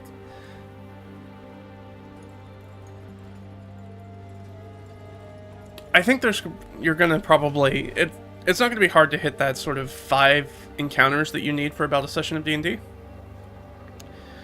So having some additional empty rooms is not a big deal, especially in a 10-room dungeon. But according to Luke's thing, if you're going to have 10 rooms, then each room's going to have something in it. Now, only half of those rooms are going to have encounters in them, which are going to be the things that kind of take up most of your time at the table, especially because we're not really doing any non-combat encounters here. It's only social encounters and combat encounters, and traps are discoveries, so they're not a thing, and they're not like an engaged big like skill challenge or like multi-turn thing that everybody needs to engage with. So you really only have those 5 sessions, so 5 rooms that are going to have encounters in them, which are the things that are going to take out most of the prep. So now I'm wondering, if you're doing 10 rooms, but only half those rooms really have encounters, like meaty things to do in them, it feels like a lot of the rooms are superfluous, like you don't really need them. And it also makes me wonder, is like, he does talk later about, he does talk later about it being a 2 to 3 session prep for this adventure. And now I'm like, but if there's only 5 encounters in it, that's really closer to 1 session of play. So you would have to be have to go through, and there's no random encounters in this setup. So you'd have to be going pretty slow for only 5 sort of like meaty scenes to be 2 to 3 sessions. So now I think about it, this is closer to 1 session, and then I feel like we've wasted a lot of time with these extra rooms that we could have sort of pulled down, maybe closer to like my framework of 7, of having like the little extra things. Something that's closer and more in the ballpark of like a 5-room dungeon, which is a very sort of well-tuned 1 session, 1-shot kind of framework that works very well. But yeah, so he doesn't think there should be empty rooms, which is interesting now that I'm thinking about it. But for his part, he's like, describe the room, note the list of items that are in there when they're not hidden, the players to sort of interact with, and rinse and repeat, and that's pretty much it. It's otherwise just sort of like DMing as usual, which is the sort of like, hey, I set a scene, what do you want to do? You tell me what you do, I call for a roll, or make some reaction, or narrate what happens, and then as I narrate that, I say, hey, here's a new situation, what do you want to do? And that's just sort of the standard cycle of DMing. So yeah, I mean, beyond the standard cycle of DMing, just adding this little extra bit where you just pull stuff in from a list to a room is pretty easy. Again, I think the struggle for me, and I think would be the struggle for newer DMs, especially, is that we don't have any context for the dungeon. We just have a place with creatures in it. A place with stuff in it. Let's put it that way. A place with stuff in it.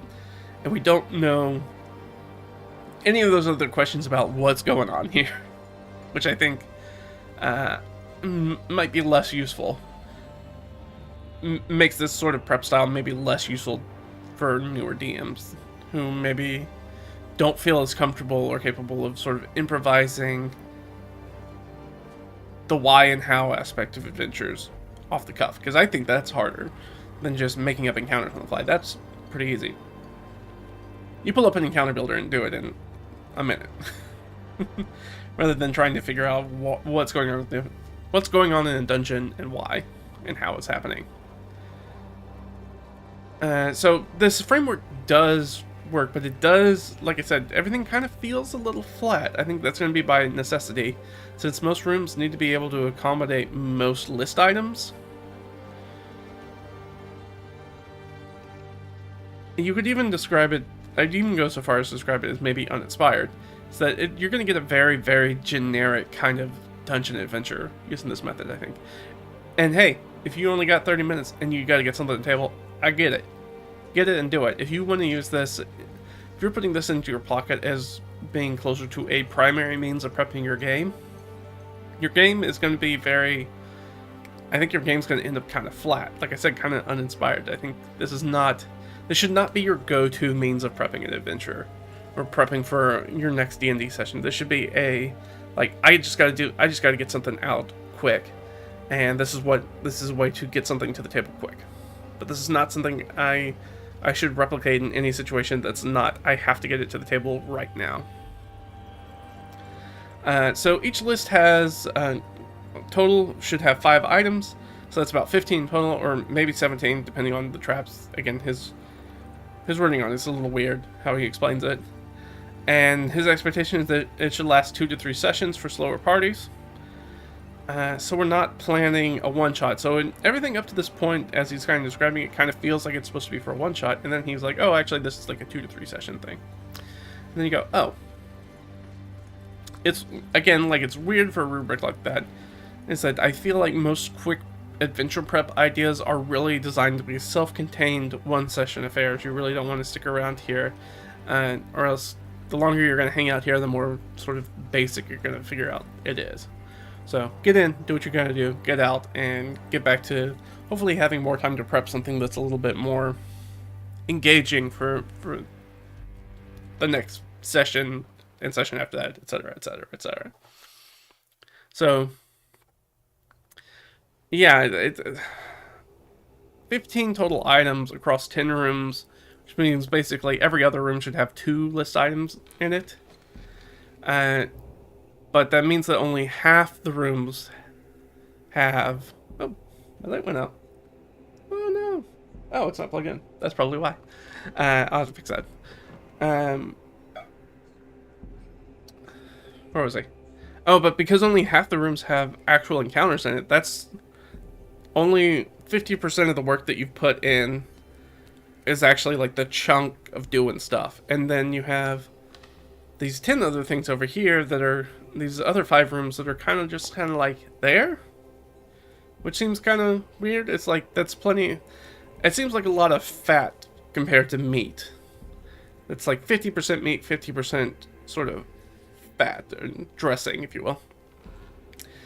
And it feels for a prep that you're trying to do quickly, I feel like having that's too much fluff. And I don't think that the fluff adds enough into the engagement, enjoyment of the game because of how we're doing it. That it really adds a lot to it. I would much rather we could just prep a 5-room dungeon. This is essentially a 5-room dungeon. We made a 5-room dungeon with a bunch of extra steps, kind of roundabout ways, I feel like. So yeah, and so the next thing he talks about, and this was actually a really interesting part, is about adapting the sort of list structure, that sort of 3-list structure, to do larger dungeons. So doing dungeons that are, you don't, because you're not keying or stocking the map chambers themselves, which again, not really my cup of tea, means that you can just make bigger dungeons by getting a bigger dungeon map and making a longer list. So this was a 10-room dungeon. If you want to make a 20-room dungeon, okay. So we had 15 things, 10 to 15, so you're going to need a list of 30 things. So you need 10 items on each of those lists. And I think at that point, that scale doesn't really work. It doesn't scale very well, because at this point it starts getting confusing when you start getting lists that have that many items on them. Because now every time you walk into the room, you have to pick up a list and be like, okay, not that, not that, not that, not that, not that, not that, not that, not that, not that. Yes, I want this one. This is what's in that room. And then you have to do that with 2 or 3 lists to try to figure out what you want to put in there. Again, I think it would just be easier if you just figured out what was going to be in each room, rather than put it off on a list by itself. It gives you flexibility, but I'm not sure that flexibility is particularly useful, or at least I don't think it would be in my experience. It's like I would rather just have standard keyed rooms, and like I said, have a random encounter chart table, just have an extra d6 of things that you could run into. But when you start having these larger lists, that's going to become an issue. So I don't think having longer lists is an answer. I think if you were going to try to take this, and again, you shouldn't, because I don't think that it's going to be an engaged game. I think you should, if you have the time to make a 20-room dungeon for your next session, you should be spending that to have a more cohesive idea for an adventure than just a place with things in it. But if I was going to do that, if we were going to do that, say let's blow it up and be like, I'm going to make a 100-room dungeon. And I'd be like, well, instead of making a a list with how many items on it, right? With lists with 50 items on them apiece. Which again, already the scale doesn't work. Instead of doing that, having these massive lists, be like, what? Instead of making one 100-room dungeon, why don't we make 10 10-room dungeons that are connected together physically and have their own sort of like identifiable theme and zone area. It's very much sort of like the zone thing, right? We see this in video games all the time. Everything from like Metroidvania down to the old, just basic like Super Mario 3 world, right? Where you're like, oh, each different world has a different theme with different levels in it, kind of idea. I was like, oh, this is the cave system area. This is the old dwarven ruins area. This is the sort of Underdark Mushroom Grove area. And so instead of having these little dungeons that are connected to each other, which is a great way to sort of like take a mega dungeon and splice it up into small dungeons. And then, if you're going to do your fast prep method, if you're going to use this 30-minute prep method, you'd be like, okay, I just need to do this mushroom garden zone. That's all I need to do. And then I can do that and not have to worry about the other zones. And then each different zone has its own different list. So instead of having these gigantic lists, we have instead just 10 little dungeons kind of put together that we can kind of flip through, probably in our notes. And that would be a much easier way to use notes at the table, I think, for sure. So that would be my approach if I was going to do it. Now, again, I probably wouldn't, because you're still going to have an issue running like a 100-room dungeon. Is that at some point somebody's going to be like, yeah, what's going on in this dungeon? Why are we here? What are we doing? And unfortunately, none of this prep method, and this 30-minute prep method from sort of like the DM layer, talks about that. The adventurer, like, who's the quest giver? Why are we going on this quest? What's the actual issue here? What are our rewards for doing this? This dungeon prep method, I think, feels a lot like I remember playing things like Skyrim. And we've all played Skyrim, right? It's one of the best-selling video games of ever, and we've all played a dozen different versions of it at this point. When you're running across the overworld in Skyrim, trying to run between two locations because you can't fast travel there yet, or whatever it is, and you run across one of the cave entrances, and you're like, oh, I'm gonna go check out this cave. That's what this dungeon feels like. This dungeon method only makes dungeons like that. You're like, oh, here's a random place to explore, because we don't have any of the sort of contextual accoutrement of an adventure to tell us like what's going on here.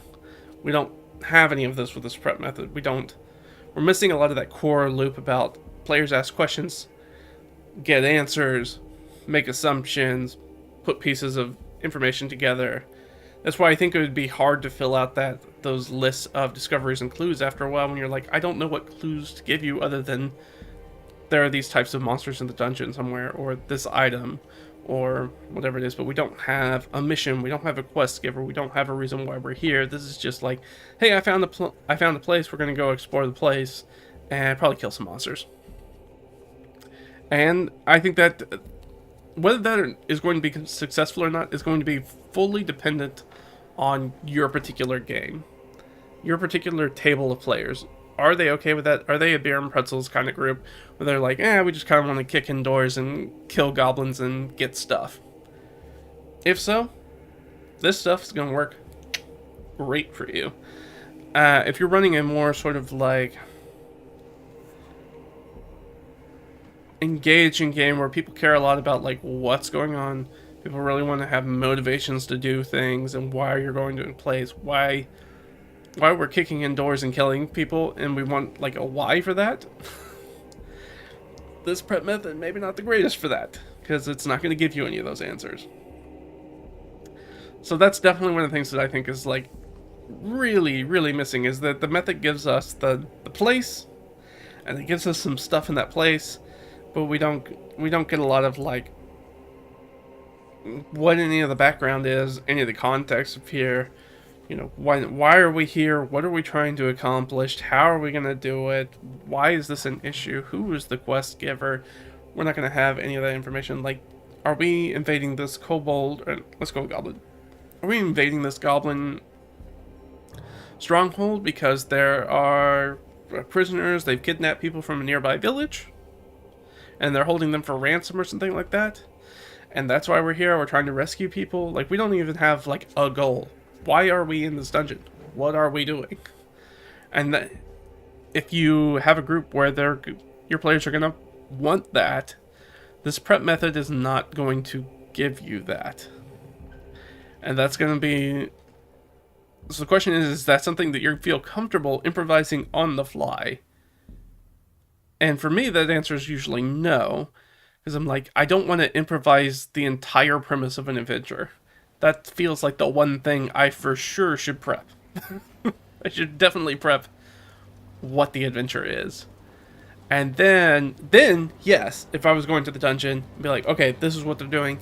I know that they are trying to recover such and such's farmer's grandfather's blade that was stolen in the kobold raid. Alright, we're looking for this specific, probably magic item sword. Got it. That's why we're going to the dungeon. That's really all I need.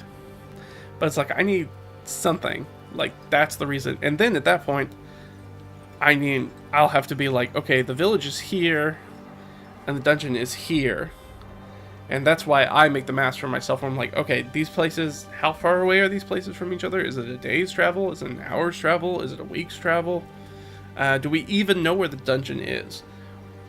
Because why would a random farmer know where that dungeon is? Maybe they're instead like, look, it was stolen. I know it was stolen by goblins. I don't know where the goblins are holed up, but they have been raiding more frequently, so they've got to have a camp that's somewhere nearby. But everybody in the village is just CR0 commoners, so they don't know where to go and how to look for things, and they don't want to get in a fight with the goblins because the goblins are kill them. So they're not going to go and look and try to scout for it. So that's why they've brought in adventurers like you. Like, I need that little bit of framework.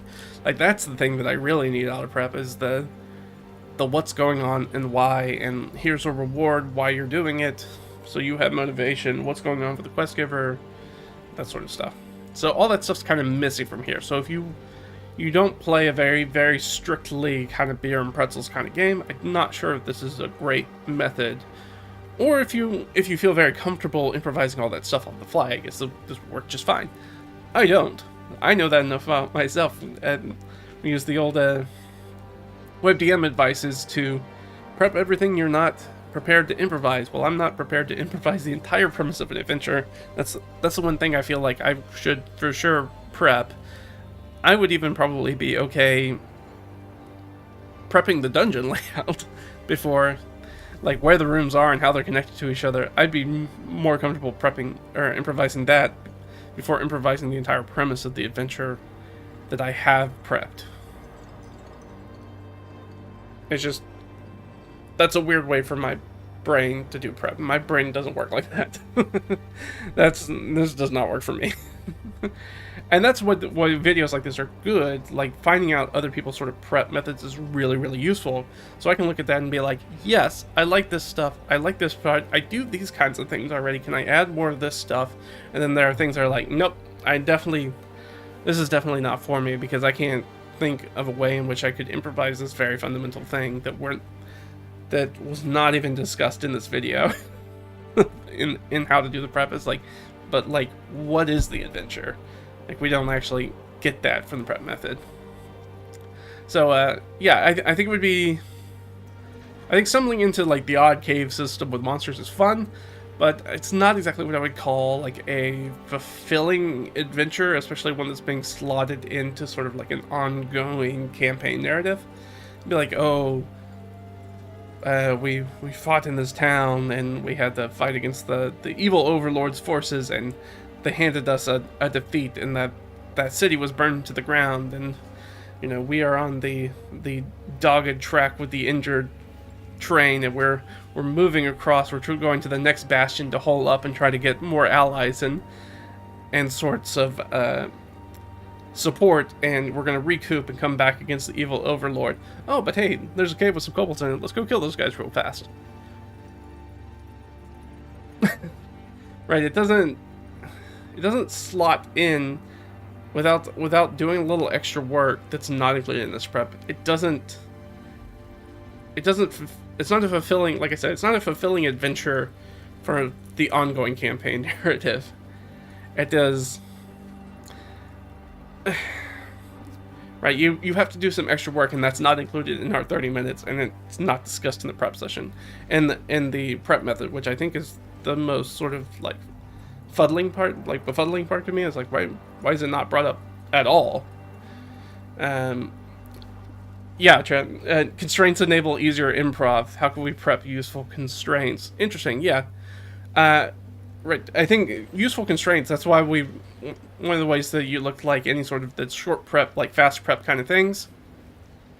So one of the first things is like, if you have to improv an adventure, probably the easiest type of adventure to put together is a dungeon, because the dungeon itself is a geographical constraint. There's only so many chambers. There's only so many places. You can't run 100 miles to the left and get completely outside the bounds of the adventure. Yeah, so I think when you're talking about constraints for easier improv, the biggest constraint is area, usually. Though that does get very difficult once you start running adventures with higher level parties, when they have access to travel magic. Like if they have the ability to tree stride, to teleport, to even something like Dimension Door that can move you 500 feet, right? I think is Dimension Door. It's something that can like put you up on a cliff face or down from a cliff face. Can have very big effects on how you make that, for sure. So let's kind of talk about the end. Let's recap our major changes. So we have the adventure versus session prep. We talked about that. That this is definitely adventure prep. It's not session prep. I still think Slight Flourish session prep is probably kind of the best thing. We have the dungeon background in the story. We've got that missing. That's the thing that I really, really wish we had here. I'm thinking, when I was watching the video and kind of thinking about this, what I wanted to talk about is like, where is that strong start that gets my players immediately engaged and moving into it? Like, we don't even have that for this sort of dungeon adventure, which I think is kind of difficult. To be like, where do I drop them in and how do I get them motivated to get moving? Which we don't have. Again, keying and stocking dungeon chambers and adding random encounter tables is how I would do it instead. I think there's a lack of sort of meaty or engaging exploration challenges, which of course I'm a big exploration boy, so I really like that in my games. Sort of kind of an older style of play, so I understand that. There's not going to be any creature environment combat symbiosis because you're not tying any of the encounters to specific locations, which means the encounters have to be kind of flat by design. They kind of have to be very basic, and we're going to have the encounters, we're going to have the discoveries, the loots. I like all those things. I like having them together. I don't like traps being part of discoveries. I think that should be their own encounters. They should be just non-combat encounters. But I also just don't use that many just basic traps for the most part. They're just hanging out by themselves.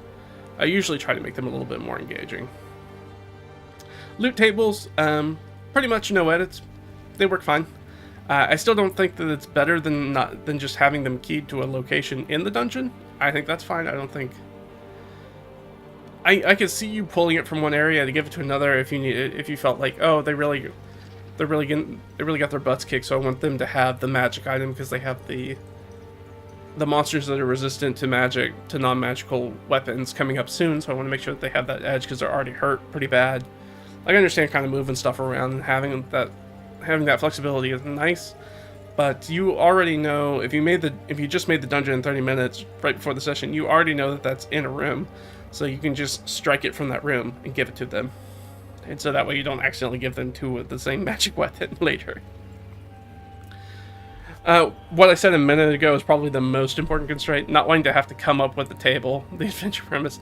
Yeah, that for sure for me, I was like, I would really struggle with that, to try to keep a cohesive narrative by making up the adventure premise. That was really sort of the impetus for me to kind of talk about the video, the DM layer video in general, is that I felt like, yeah, but at the end of it, I watched it 2 or 3 times when I was thinking about it and trying to make notes. I was like, but what's the adventure? You have given me a place with things in it, but what is the adventure? I don't have an adventure yet.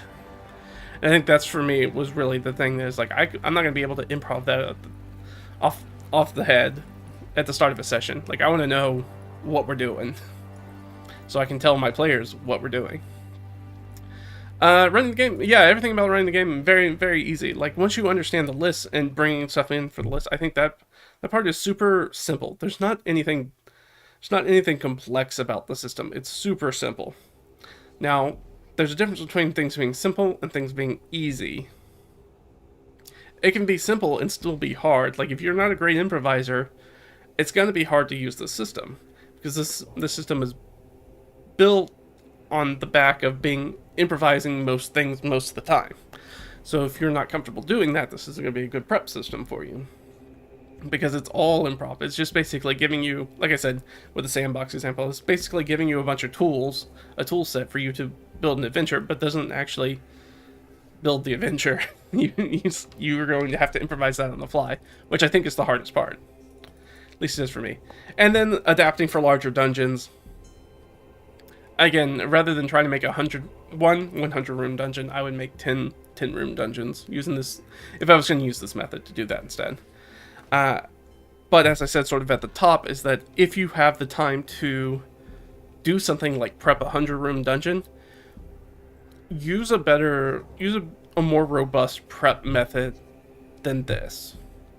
I think it'll behoove you to spend more time coming up with a very interesting adventure, having a very clear motivations and quest givers, and a villain or a big bad evil guy or whatever the primary problem is, and really kind of expanding that out, adding some sort of background and context and story elements in here is going to serve you a lot more. I'd rather have a 50 room dungeon with a very nice sort of background and robust sort of like idea of what's going on in context and how these things are all interplaying and who's sending us there and why we're in here and why it's important and why it has to be us who takes care of this, and miss out on the other 50 rooms. I'd rather have a really good 50 room dungeon than a kind of okay 100 room dungeon that I'm gonna have to do a lot of improv work as far as the like story aspect, the narrative is concerned.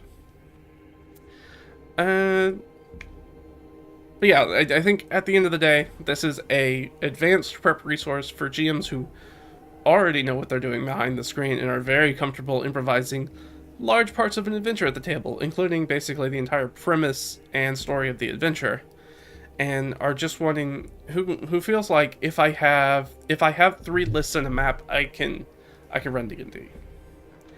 And I'm not sure that's a method that works for a lot of Dungeon Masters, Game Masters.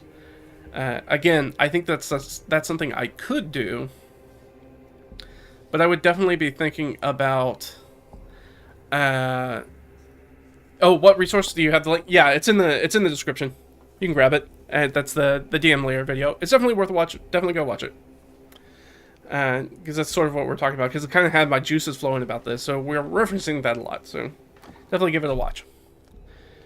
But yeah, this is definitely, I feel like, a prep resource for it's certainly advanced GMs that kind of already know what they're doing and are going to be very comfortable improvising things at the table. So if you're not comfortable improvising a lot of stuff in your games, where you feel like you can run because essentially that's what you're doing. You're running a session of D&D with a map and 3 lists, 5 items each, and either that thought either goes, yeah, I can do that, or you're gonna go, no, I can't do that. Like, what is it though? Like, what do I do? And if you're in that camp, then this prep method is probably not for you. And I agree, I don't think it's for me too. But it is interesting to see other people's takes, and it was such a great thing really seeing Luke's. Luke definitely feels like this was written from Luke's perspective, and it tells me a lot about Luke's games and how Luke runs the game, and how other people play and run D&D and other TTRPGs, and being like, oh, you feel comfortable enough, or that the story aspect of it is not as important in your games, which may or may not be true. That's just me off the dome. So, or maybe you're just like, yeah, but for a throwaway one session, who cares? Which, I agree, who cares? If it's a throwaway one session thing. But it still feels like I would want some amount of story to sort of, something on which to hang everything else that you've given me. So yeah, I think that you have to be really comfortable. You have to be a comfortable GM who's got some experience under their belt and is very comfortable doing a lot of improvisation, because you're going to have to do it with this method. As much as I love to, I think if you're in this situation, you're like, I have 30 minutes to prep a session. As much as I love to homebrew adventures, and I primarily homebrew adventures, if you're really kind of stuck for time, nothing is going to be easier than grabbing an already published adventure to run. And I'm not talking like Curse of Strahd, I'm not talking a big book adventure, I'm talking like a short thing, I'm talking like a 5-room dungeon, a 1-page adventure, those sorts of things. Something to just kind of fill in a session fast with minimal prep. And those things, and I think if you go and look at things like the 1-page adventure contest, and see all the things, because they host all those, and you can see the ones that are popular most of the time are the ones that are going to give you a very basic adventure outline, like, this is the story, this is why we're going here, this is what we're doing here, this is why it's a problem, here's the reward that you're going to get. Provide all that motivation for you in context. And then just has a smaller dungeon, because it's really meant for you to kind of go through one session. And I think if you're pressed for time to do session prep, you should focus only on prepping for the next session, not making a 10-room dungeon that is going to maybe suffice for 2 or 3 sessions. Like, let's do as pointed work to get exactly what we need for this most upcoming time, and then when we get back to prep next week or 2 weeks or however long, let's just hope that this was a short-term thing. Like we said at the top, if this is a reoccurring thing, then the issue is not necessarily the prep time, it's why you don't like to prep if you're not making time to prep, which is a different question. But if you're in a situation where this keeps coming up again and again, where you feel like you're having to fall back on this very sort of minimal prep kind of thing, you need to start asking questions like, if I don't have time to do the prep so all the time, maybe it's time for somebody else to kind of take over and run a game instead. Maybe since I'm so busy, it's better if I'm just kind of a player for right now, and then we'll hop back in later once my schedule clears up or whatever it is. Like I said, sort of at the beginning, with my own groups, we're kind of entering that holiday time where it's very rare that we have everybody at the table at this point. It's usually like at least one person missing. And so a lot of the times we want to do like, well, we'll just kind of go, we'll do a round robin, everybody around the table will run some sort of one shot, we'll all play some new stuff. It's really worked out really well now with the new sort of like 2024 stuff kind of coming up at the same time. It gives us an ability to be like, oh, let's all try out some new characters, all get more familiar with the 2024 rules as we kind of play out some different characters and trying to run with this rule system in these sort of like one shots, and we can learn a lot by just repetition. It's fun. But I think that's it that I want to talk about. So hopefully that helped you. Again, go check out the video. I would say if you are looking for more information, I would recommend, from the DM layer, I would recommend the live stream they did with Mike Che of Sly Flourish, which is really good. So if you have some time, I have the link for it. I'll drop it. I'll drop it so you guys can see it, and you can guys go check that out as well.